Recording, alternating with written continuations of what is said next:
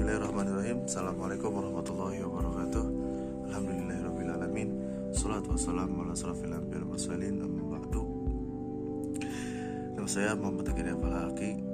Di sini saya mewakili kelompok 13. Sebelumnya mohon maaf yang sebesar-besarnya kepada teman-teman sekalian dan khususnya kepada Bu dosen atas keterlambatan kami dalam menyampaikan materi ini karena beberapa kendala. Lanjut saja, izinkan saya memperkenalkan diri dan teman-teman saya di kelompok 13 ini. Nama saya Muhammad Tegar Falaki sebagai moderator dan teman saya Muhammad Yusuf Binadewa sebagai pemateri dan Muhammad Rizky Abidiyah sebagai pemateri. Lanjut saja kepada Muhammad Yusuf Binadewa sebagai pemateri pertama. Saya persilakan. Nama saya Muhammad Yusuf Binadewa. Di sini saya sebagai pemateri pertama yang membahas tentang konsep spiritual. Pengertian spiritual berasal dari bahasa Latin spiritus yang berarti nafas atau udara. Spirit memberikan hidup menjiwai seseorang. Spirit memberikan arti penting ke hal apa saja yang sekiranya menjadi pusat dari seluruh aspek kehidupan seseorang. Spiritual adalah suatu yang dipengaruhi oleh budaya, perkembangan, pengalaman hidup, kepercayaan, dan nilai kehidupan. Spiritualitas mampu menghadirkan cinta, kepercayaan, dan harapan, melihat arti dari kehidupan dan memelihara hubungan sesama. Spiritual adalah konsep yang unik pada masing-masing individu. Masing-masing individu memiliki definisi yang berbeda mengenai spiritual. Hal ini dipengaruhi oleh budaya, perkembangan, pengalaman hidup, dan ide-ide mereka sendiri tentang hidup. Menurut Emblen 1992, itu spiritual sangat sulit untuk didefinisikan. Kata-kata yang digunakan untuk menjabarkan spiritual termasuk makna transenden, harapan, cinta, kualitas, hubungan, dan eksistensi. Spiritual menghubungkan antara interpersonal atau hubungan dengan diri sendiri, interpersonal hubungan antara diri sendiri dan orang lain, dan transpersonal atau hubungan antara diri sendiri dengan Tuhan atau kekuatan gaib. Spiritual adalah suatu kepercayaan dalam hubungan antar manusia dengan beberapa kekuatan di atasnya, kreatif, kemuliaan atau sumber energi, serta spiritual juga merupakan pencarian arti dalam kehidupan dan pengembangan dari penilaian-nilai dan sistem kepercayaan seseorang yang mana akan terjadi konflik bila pemahamannya dibatasi. Yang kedua yaitu ada karakteristik spiritual. Karakteristik spiritual yang utama meliputi perasaan dari keseluruhan dan kesadaran dalam diri seseorang dengan orang lain dan dengan Tuhan atau dengan kekuatan tertinggi sebagai suatu penetapan. Orang-orang menurut tingkat perkembangan mereka, pengalaman memperhitungkan keamanan individu, tanda-tanda kekuatan dan perasaan dari harapan. Hal itu tidak berarti bahwa individu adalah puas secara total dengan hidup atau jawaban, dan mereka memiliki seperti setiap hidup individu berkembang secara normal.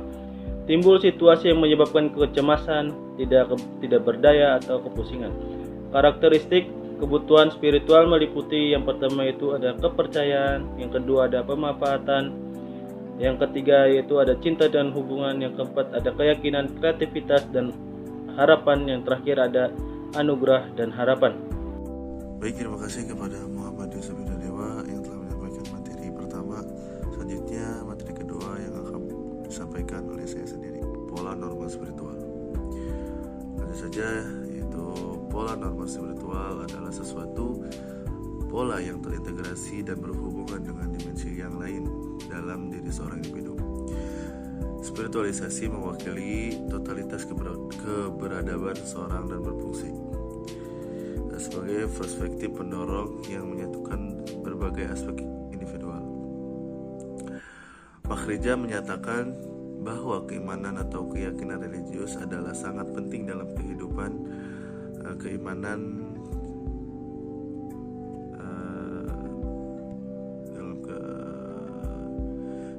seorang individu. Jadi keyakinan tersebut diketahui sebagai suatu faktor yang kuat dalam penyembuhan dan pemulihan fisik.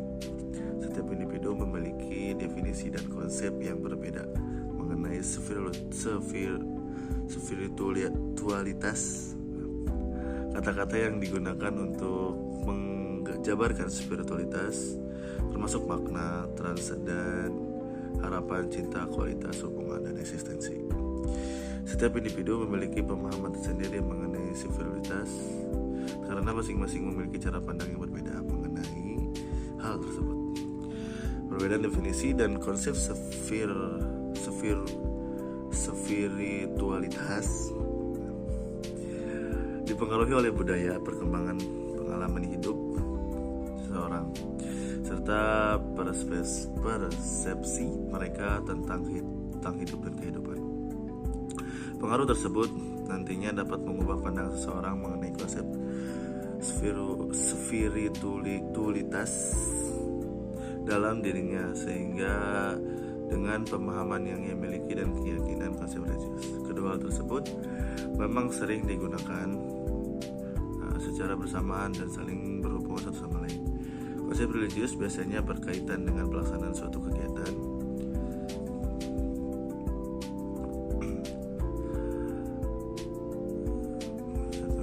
atau proses melakukan suatu tindakan. Keyakinan merupakan hal yang lebih dalam dari suatu kepercayaan seorang individu. Keyakinan mendasari seseorang untuk bertindak atau berpikir sesuai dengan kepercayaan yang ia tekuni. Keyakinan dan kepercayaan akan Tuhan, kepercayaan kepada Tuhan biasanya dikaitkan dengan istilah agama. Di dunia ini banyak agama yang dianut oleh masyarakat sebagai wujud kepercayaan mereka terhadap keberadaan Tuhan. Tiap agama yang ada di dunia memiliki karakteristik yang berbeda mengenai hal-hal yang berkaitan dengan kepercayaan dan keyakinan sesuatu dengan prinsip yang mereka pegang teguh. Keyakinan tersebut juga mempengaruhi seorang individu untuk menilai sesuatu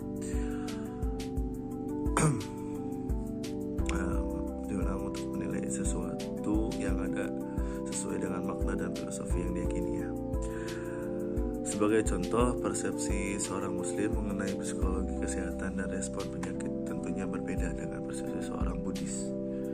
Semua itu tergantung konsep spiritual yang dipahami sesuai dengan keyakinan dan keimanan seorang individu. Ada beberapa contoh Islam yang menerapkan pola norma spiritual. Tentu dengan cara yang pertama, pola orang tua mengajarkan anak untuk melaksanakan sholat. Yang kedua, pola orang tua memberikan tauladan untuk menghormati orang yang lebih tua. Dan ketiga, pola normal orang tua dalam memanfaatkan waktu untuk mengaji bersama anak dalam keluarganya.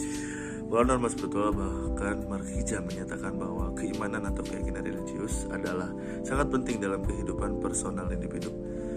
Lebih lanjut dikatakannya bahwa keimanan diketahui sebagai suatu faktor yang sangat kuat dalam penyembuhan dan pemulihan fisik yang tidak dapat diukur.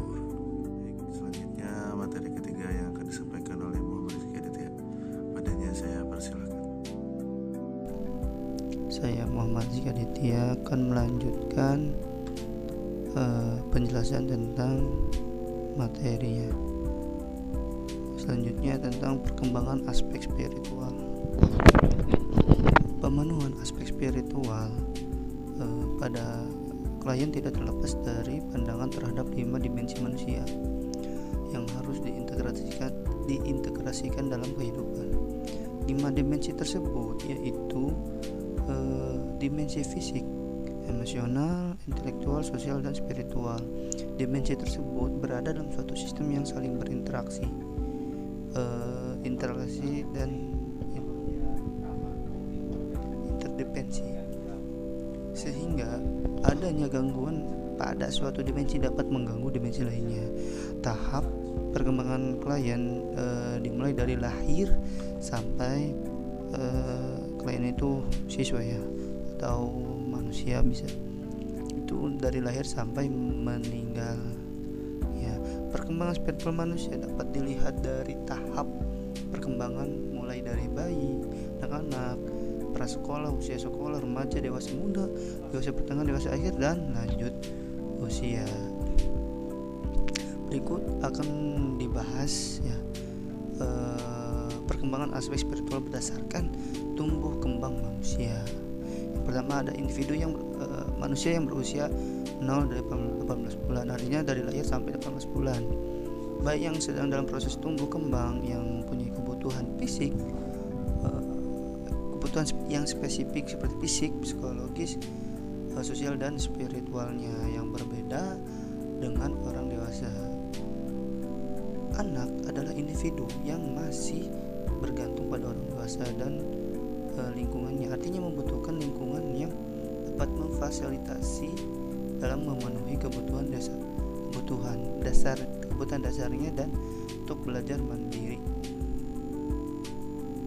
Yang kedua, dimensi spiritual mulai menunjukkan perkembangan pada masa anak-anak awal dari 18 bulan sampai 3 tahun. Anak sudah mengalami namanya peningkatan kemampuan kognitif.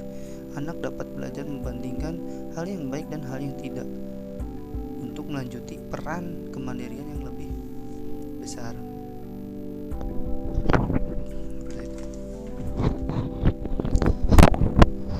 Selanjutnya, ketiga, perkembangan spiritual sampai 6 tahun. Berhubungan erat dengan kondisi psikologis dominannya, yaitu super egonya. Anak usia prasekolah mulai memahami kebutuhan sosial, norma dan harapan serta berusaha menyesuaikan dengan norma keluarga. Nah, anak tidak hanya membandingkan sesuatu yang benar ataupun yang salah, tetapi membandingkan norma yang dimiliki keluarganya dengan keluarga yang lain. Kebutuhan anak pada masa prasekolah adalah mengetahui filosofi yang mendasar tentang isu-isu spiritual. Kebutuhan spiritual ini harus diperhatikan karena anak sudah mulai berpikir konkret. Mereka kadang sulit menerima penjelasan mengenai Tuhan yang abstrak. Bahkan mereka masih kesulitan membedakan Tuhan dan orang tuanya. Yang keempat, ada usia sekolah merupakan usia yang paling banyak mengalami peningkatan kualitas kognitif pada anak. Biasanya usia 6 sampai 12 tahun. Anak pada usia ini berpikir secara konkret, tetapi mereka sudah dapat menggunakan konsep abstrak untuk memahami gambaran dan makna spiritual dan agama mereka. Minat anak sudah mulai ditunjukkan dalam sebuah ide dan dapat diajak berdiskusi untuk menjelaskan apakah keyakinan. Orang tua dapat mengevaluasinya tentang pemikiran sang anak terhadap dimensi spiritual mereka.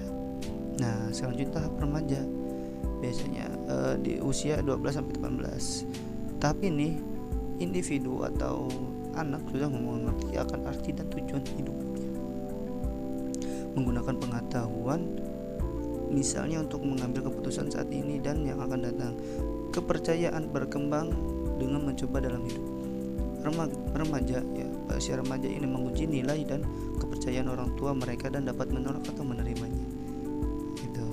Yang keenam, dewasa muda antara 18 sampai 25 tahun. Ini biasanya kita dalam usia kita. Pada tahap ini individu menjalani proses perkembangannya dengan menjalankan pencarian identitas spiritual, memikirkan untuk memilih nilai dan kepercayaan mereka yang dipelajari saat anak-anak dan berusaha melaksanakan sistem kepercayaan mereka sendiri. Spiritual bukan merupakan perhatian utama pada usia ini. Mereka lebih banyak memudahkan hidup walaupun mereka tidak memungkiri bahwa mereka sudah dewasa.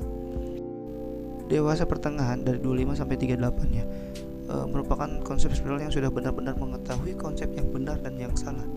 Mereka menggunakan keyakinan moral, agama, dan etik sebagai dasar dari sistem nilai. Nah, selanjutnya dewasa akhir 38 sampai 65 tahun. Periode ini digunakan untuk introspeksi dan mengkaji kembali dimensi spiritualnya. Kemampuan introspeksi ini sama baik dengan dimensi yang lain dari individu tersebut.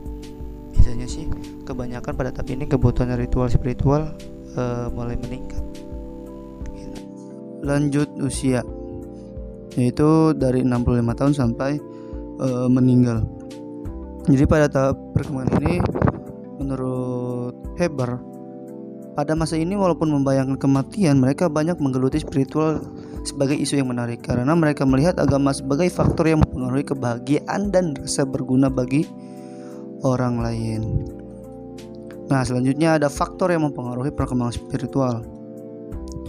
Spiritual ialah komponen penting dari seorang individu yang dimiliki dan sebuah aspek integral dari filosofi holistik.